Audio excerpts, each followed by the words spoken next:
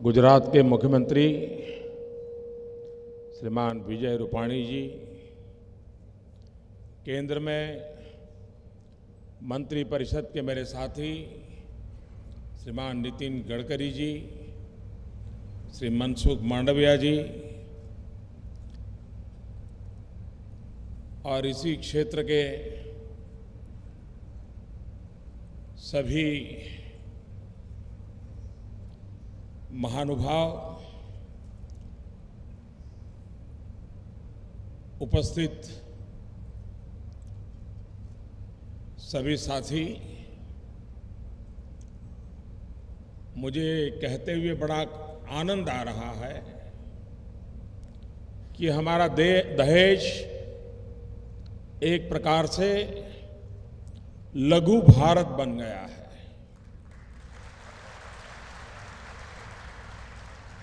शायद ही देश का कोई जिला ऐसा होगा कि जिसके लोग हमारे इस दहेज में रोजी रोटी न कमाते हो और यहाँ रह कर के दूर सुदूर गांवों में अपने परिवारों की परवरिश न करते हो। भाइयों बहनों, पूरे देश में और विश्व में सदियों से गुजरात की व्यापारिक सोच और साहसिकता, इसकी एक गूंज सब दूर सुनाई देती है। गुजरात की उस ऐतिहासिकता को उजागर करने में दहेज, भरूच, इस क्षेत्र ने भी अपना योगदान दिया है, अपना कंट्रीब्यूशन दिया है। जब गुजरात के मुख्यमंत्री के रूप में मेरी जिम्मेवारी थी तो अनेक बार इस क्षेत्र में मुझे आने का अवसर मिला, विकास के संबंध में विचार विमर्श करना, नई नई योजनाओं को आकार देना और उसको गति देना। तो मेरा एक निरंतर प्रयास, और इस जगह को मैंने ब्रिक बाय ब्रिक मजबूत होते और स्टेप बाय स्टेप आगे बढ़ते हुआ अपने आंखों से देखा है। पिछले 15 वर्षों में दहेज के विकास के लिए गुजरात सरकार ने भगीरथ प्रयास किए हैं। आज उसी का परिणाम है कि दहेज का पूरा इलाका औद्योगिक दृष्टि से न सिर्फ गुजरात में लेकिन हिंदुस्तान में एक महत्वपूर्ण स्थान बन चुका है। दोस्तों, ये गुजरात सरकार की लगातार कोशिशों का ही नतीजा था कि दहेज एसईजेड दुनिया के टॉप 50 औद्योगिक क्षेत्रों में अपनी जगह बना पाया। ये भारत का पहला ऐसा औद्योगिक क्षेत्र था जिसने वर्ल्ड रैंकिंग में इतनी धमाकेदार अपनी एंट्री दर्ज की थी।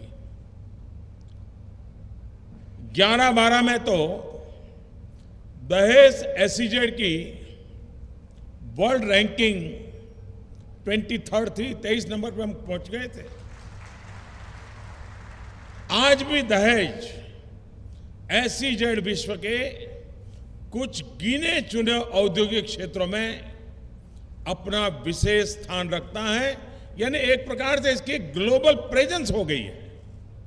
और किसी भी भारतवासी के लिए, किसी भी गुजराती के लिए ये अपने आप में एक बहुत बड़ा अचीवमेंट है। ये क्षेत्र सिर्फ गुजरात के नहीं, देश के लाखों नौजवानों को रोजगार देने में बड़ी भूमिका निभा रहा है। अब तक इस क्षेत्र में कुल मिलाकर के पूरे क्षेत्र में करीब 40,000 करोड़ रुपए से ज्यादा का निवेश हो चुका है। दहेज एसईजेड की शानदार कामयाबी के लिए मैं इससे जुड़े लोगों को, आप सबको हृदय से बहुत बहुत बधाई देता हूं। दहेज और उसके आसपास इंफ्रास्ट्रक्चर को विकसित करने में गुजरात सरकार ने हमेशा गंभीरता दिखाई। इसी वजह से जब ये चर्चा शुरू हुई कि देश में 4 पेट्रोकेमिकल इन्वेस्टमेंट रीजन यानी पीसीपीआईआर बनाए जाएंगे, तो उसमें गुजरात के दहेज का नाम भी था।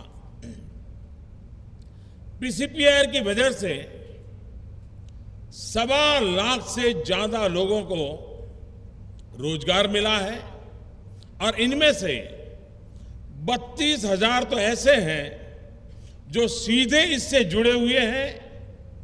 एक अनुमान है कि जब ये हमारा पीसीपीआईआर अपनी पूर्ण क्षमता पर जब विकसित होगा तो करीब करीब 8 लाख लोगों को किसी न किसी तरीके से रोजगार देने की ताकत रखता होगा। पीसीपीआईआर की वजह से दहेज और भरूच के आसपास इंफ्रास्ट्रक्चर का भी बहुत अच्छा विकास हुआ है।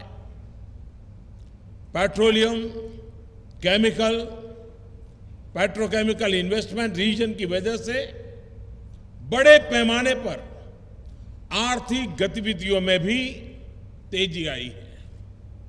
आज दहेज का एसईजेड पीसीपीआईआर और गुजरात इंडस्ट्रियल डेवलपमेंट कॉरपोरेशन बहुत ही वाइब्रेंट औद्योगिक स्थल बन चुका है।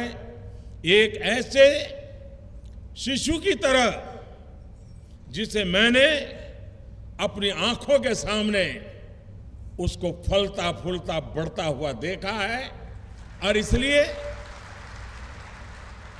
इसके साथ मेरा भावात्मक लगाव होना बहुत स्वाभाविक है। दहेज एसईजेड और पीसीपीआईआर को 4 चांद लगा अगर किसी ने लगाए हैं तो वो है ओएनजीसी, पेट्रो एडिसन्स लिमिटेड यानी ओपेल,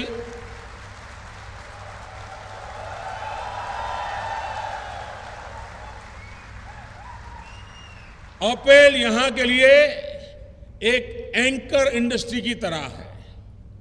यह देश का सबसे बड़ा पेट्रोकेमिकल प्लांट है। इस एक प्लांट में, मैं पूरे क्षेत्र की बात नहीं कर रहा हूं, इस एक प्लांट में 30,000 करोड़ रुपयों का निवेश,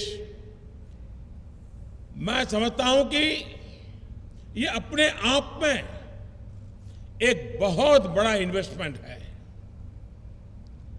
और इतनी बड़ी अमाउंट लग चुकी है।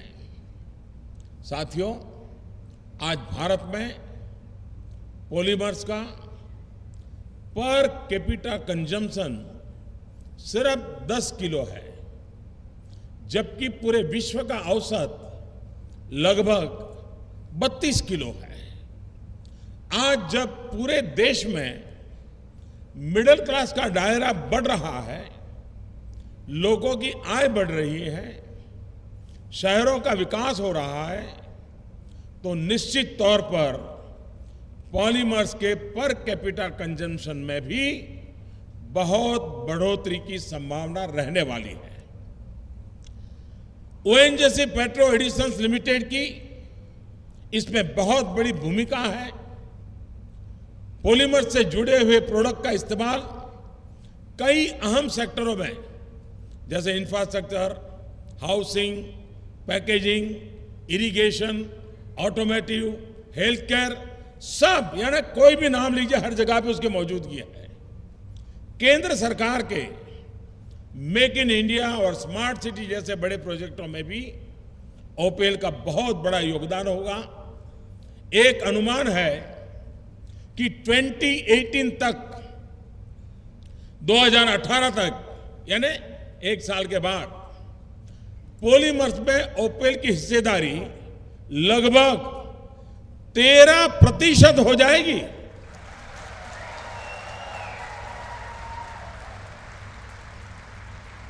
पॉलीमर्स का इस्तेमाल बढ़ने का सीधा मतलब है कि जो परंपरागत चीजें हैं जैसे लकड़ी, कागज, लोहा, मेटल, इनका उपयोग कम होता जाएगा।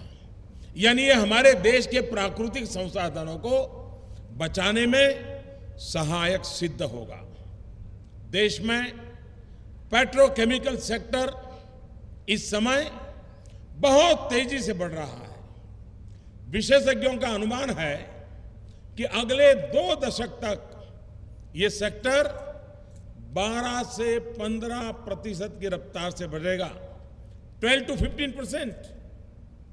दोस्तों, भविष्य में इस क्षेत्र में और भी बड़े पैमाने पर इंफ्रास्ट्रक्चर का विकास होगा, जिसमें पोर्ट का आधुनिकीकरण, 5000 मेगावाट बिजली का उत्पादन एवं वेस्ट ट्रीटमेंट प्लांट इसकी योजना में है।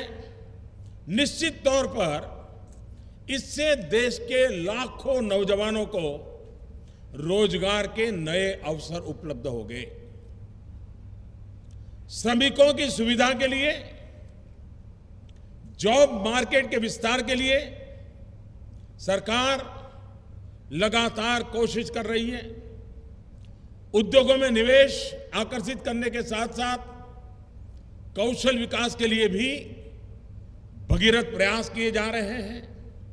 देश में पहली बार कौशल विकास मंत्रालय, स्किल डेवलपमेंट मिनिस्ट्री बनाकर इस पर सुनियोजित तरीके से काम हो रहा है। सरकार वर्षों पुराने कानूनों को हटाकर या फिर उनमें आवश्यक बदलाव करके भी जॉब मार्केट का विस्तार कर रही है। अप्रेंटिसशिप एक्ट में सुधार करके अप्रेंटिसों की संख्या बढ़ाई गई और अप्रेंटिस के दौरान मिलने वाले भुगतान में भी बढ़ोतरी कर दी गई। 1948 के फैक्ट्री एक्ट में बदलाव करके राज्यों को सलाह दी गई है कि वे महिलाओं को रात्रि में काम करने के लिए सुविधा प्रदान करें। इसके अलावा पेड मैटरनिटी लीव को 12 हफ्ते से बढ़ाकर 26 हफ्ते कर दिया गया है। श्रमिकों की मेहनत की कमाई और बचत ईपीएफ अकाउंट में जमा होती है। ये राशि उन्हें कहीं भी कभी भी मिल सके, इसलिए यूनिवर्सल अकाउंट नंबर देने की शुरुआत की गई है। आपको जानकर के हैरानी होगी, जब मैं प्रधानमंत्री के रूप में जिम्मेवारी ली तो सरकार के खजाने में करीब 40,000 करोड़ रुपया सड़ रहे थे। मैंने पूछा क्या है भाई? तो एक गरीब मजदूरों के पैसे थे, ईपीएफ में लिए गए, काटे गए। किसी का 200 होगा, किसी का 1000 होगा, किसी का 2000 होगा। बाद में उसने नौकरी छोड़ दी या ट्रांसफर हो गई, अब वो 200-500 रुपया लेने के लिए वापस कहां जाएगा? पड़े थे। हमने ये यूनिक आइडेंटिफिकेशन नंबर देकर के अब कोई भी मजदूर एक जगह से दूसरी जगह चला जाएगा तो वहां भी अपने उन पैसों को निकाल सकता है, उसका हक बना रहेगा। और उन 40,000 करोड़ रुपयों को मजदूरों को खोज खोज करके वापस देने का काम चल रहा है। गरीब के लिए कैसे काम किया जा सकता है, ये इसमें देखा जा सकता है। कुछ क्षेत्रों में जहां रोजगार बढ़ने की विशेष संभावना है, जैसे कि टेक्सटाइल सेक्टर, मैं मानता हूं ये बहुत ही वाइब्रेंट सेक्टर है और उसके अनुरूप फिक्स टर्म एम्प्लॉयमेंट के तहत श्रमिकों को रोजगार देने की सुविधा उपलब्ध कराई गई है। सामान्य दुकानें और संस्थान साल में पूरे 365 दिन खुले रह सके, उसके लिए भी राज्यों को एडवाइस दी गई है। आप हैरान हो गए, बड़े बड़े मॉल सैटरडे भी चले, संडे को भी चले, रात को 10 बजे भी चले, 12 बजे भी चले, लेकिन छोटा व्यापारी उसको कंपलसरी हफ्ते में एक दिन बंद रखो, शाम को 8 बजे के बाद बंद कर दो। मैं समझता नहीं हूं कि ऐसे कानून क्यों बनाए गए। हमने परिवर्तन किया है। छोटा व्यापारी भी अगर उसके पास समय है, बैठना चाहता है, एक आध आदमी को रोजगार देगा, भले रात को 12 बजे तक अपना काम चलाए, सातों दिन चलाए। तो सरकार ने परिवर्तन किए हैं ताकि हमारे पास एग्जिस्टिंग जो व्यवस्थाएं हैं उसका ऑप्टिमम यूटिलाइजेशन हो और अधिकतम लोगों के लिए रोजगार की संभावनाएं पैदा हो। साथियों, 2014 में सरकार बनने से पहले देश के सामने किस तरह की आर्थिक चुनौतियां थी, ये आप सभी को भली भांति पता है। महंगाई बेकाबू थी। आपने देखा होगा, पूरा अभी 4-5 राज्यों में चुनाव हुआ, सब पॉलिटिकल पार्टियां अनाप शनाप जो भी हम पर कह सकते थे कहते थे, लेकिन पूरे चुनाव अभियान में महंगाई को लेकर के इस सरकार पर कोई आरोप नहीं हुआ।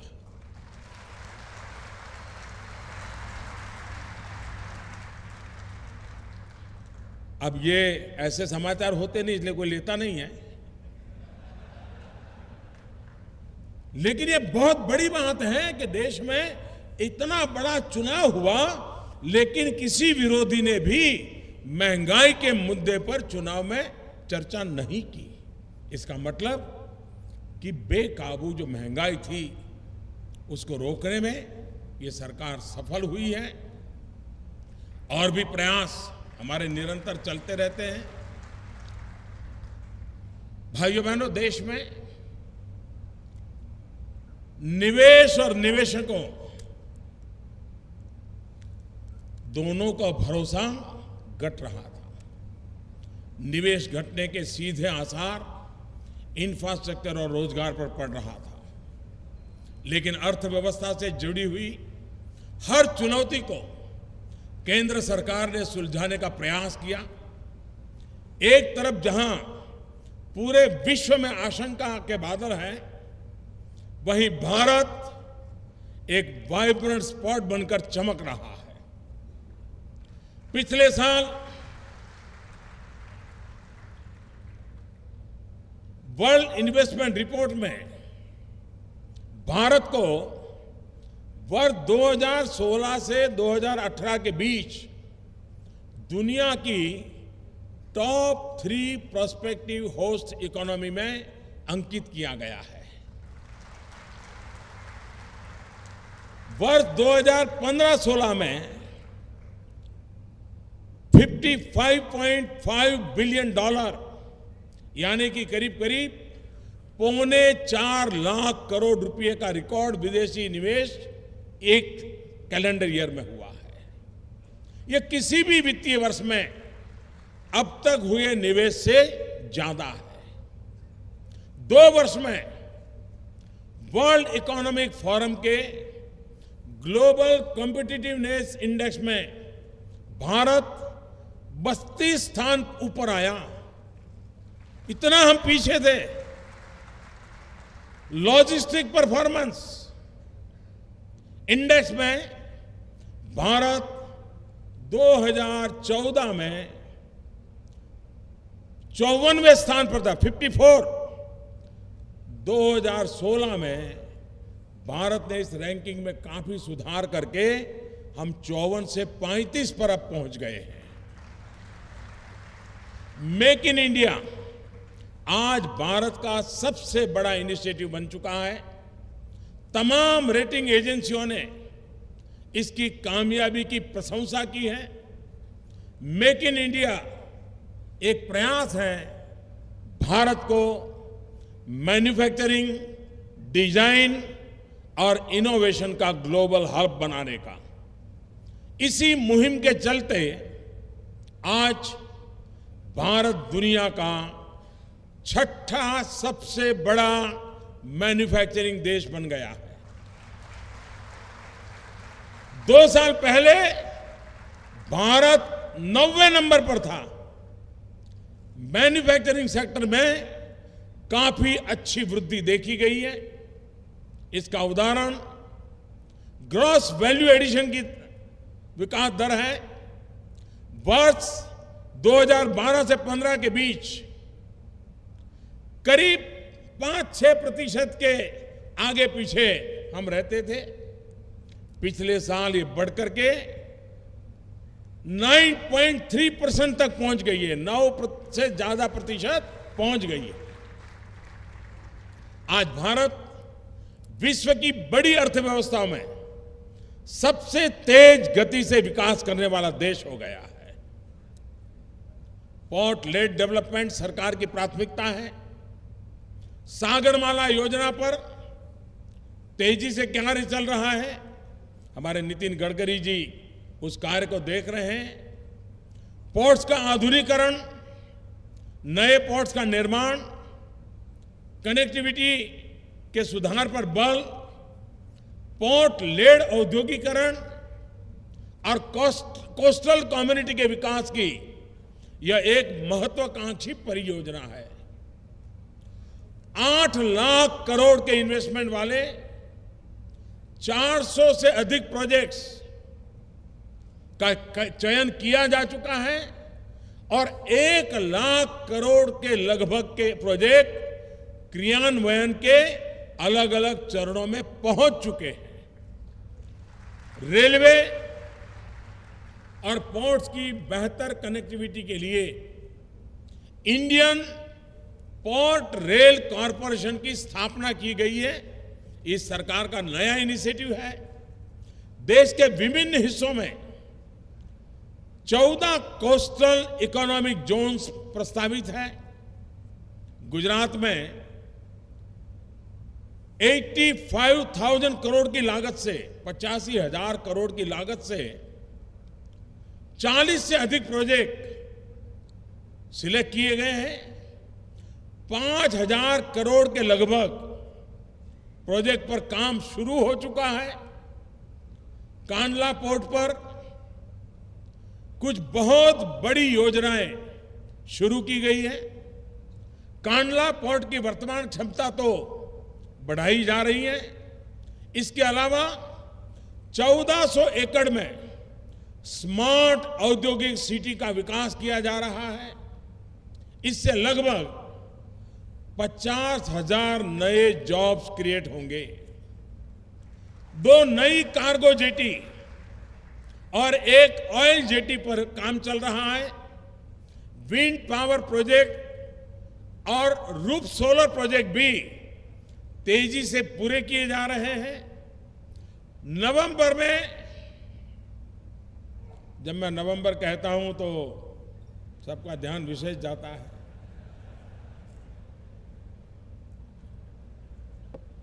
दिवाली के बाद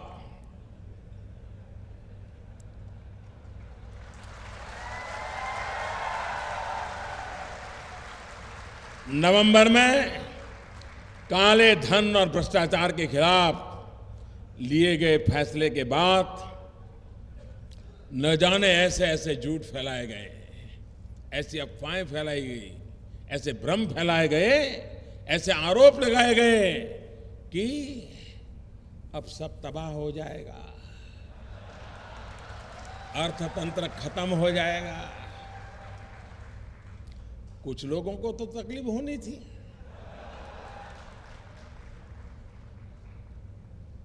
लेकिन पिछले क्वार्टर का जो रिपोर्ट आया है, पिछली तिमाही के जो आंकड़े हैं, उन्होंने साफ कर दिया है कि दिवाली के बाद हुई इस कार्रवाई का दुनिया के बड़े बड़े संगठनों और जानकारों ने समर्थन किया है।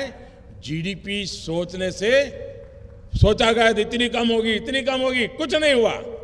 देश तेजी से आगे बढ़ रहा है भैया।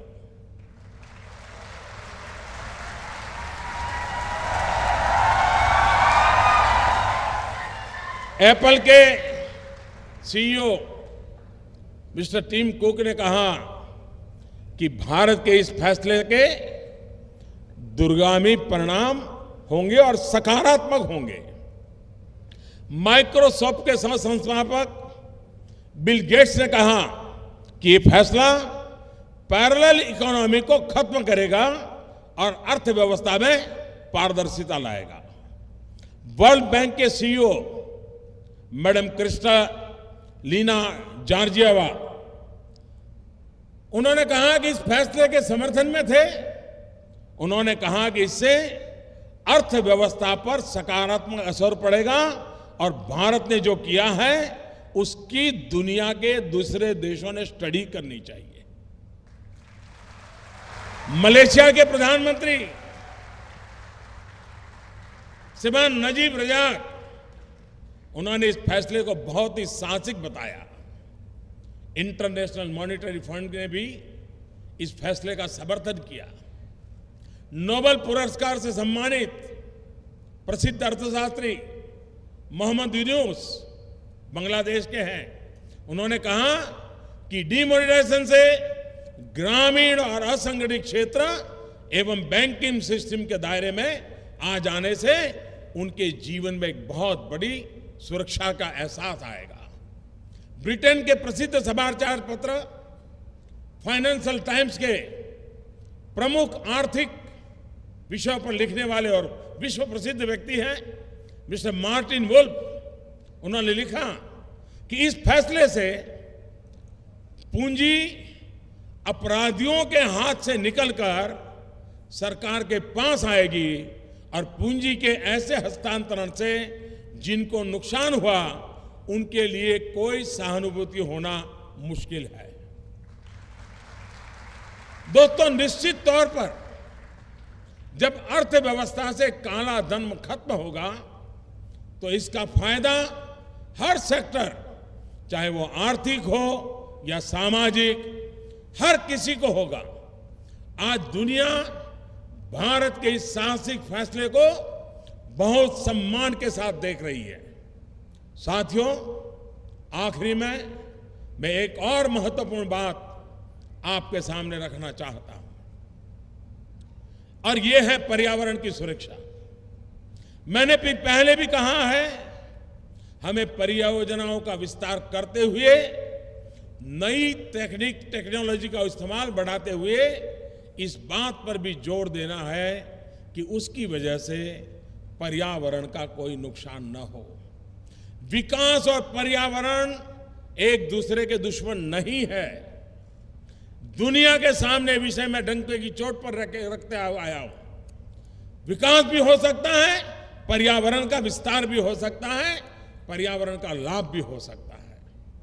पर्यावरण की सुरक्षा के साथ साथ किसी तरह का समझौता हमने होने ही नहीं देना और प्रारंभ से नहीं होने देना चाहिए। मुझे उम्मीद है कि जैसे दहेज का पूरा एनवायरनमेंट हर किसी के लिए फ्रेंडली है, वैसे ही दहेज SEZ भी एनवायरनमेंट फ्रेंडली रहेगा ही।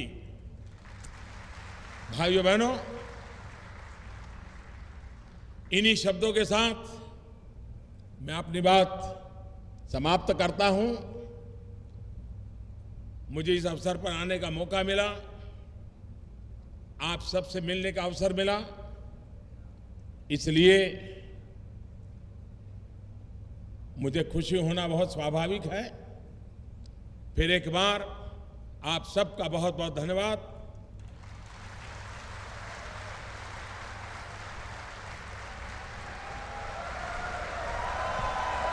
माननीय प्रधानमंत्री जी, आपके आत्मीय एवं प्रोत्साहक